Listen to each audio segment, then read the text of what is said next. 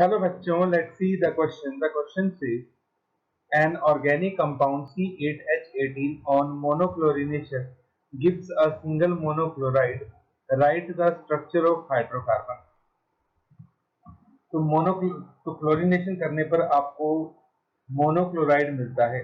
ठीक है, तो आपको ये बताना है कि इस पर्टिकुलर कंपाउंड का स्ट्रक्चर क्या होगा. तो first of all we will write down the key concept, and the key concept is to get monochloro product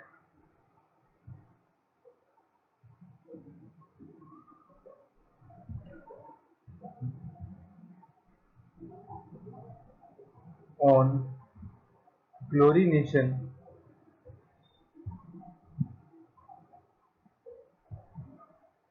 all the hydrogen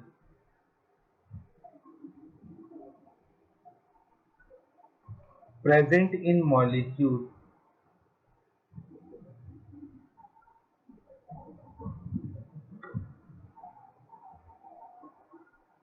must be equivalent. अगर आप ये चाहते हैं कि हमें क्लोरीनेशन करने पर मोनोक्लोरो प्रोडक्ट मिले, तो उस मॉलिक्यूल में जितने भी हाइड्रोजन हैं वो सभी हाइड्रोजन इक्विवेलेंट होने चाहिए. मतलब आप किसी भी हाइड्रोजन को निकालो तो एक ही बात हो. जनरली होता क्या है, हमारे पास कोई भी एल्केन है, एल्केन की रिएक्शन जब हम क्लोरीन के साथ करवाते हैं इन प्रेजेंस ऑफ लाइट, तो यहाँ पे क्लोरीनेशन होती है और हाइड्रोजन जो है वो क्लोरीन से सब्स्टिट्यूट हो जाता है. तो इस तरह से एल्केन की ये रिएक्शन होती है.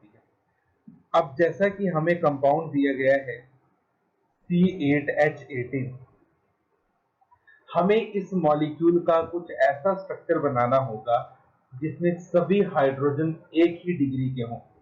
तो इस कंपाउंड का जो सबसे एप्रोप्रिएट स्ट्रक्चर हम बना सकते हैं वो हम ये बना सकते हैं CH3 CH3 C CH3 CH3 CH3.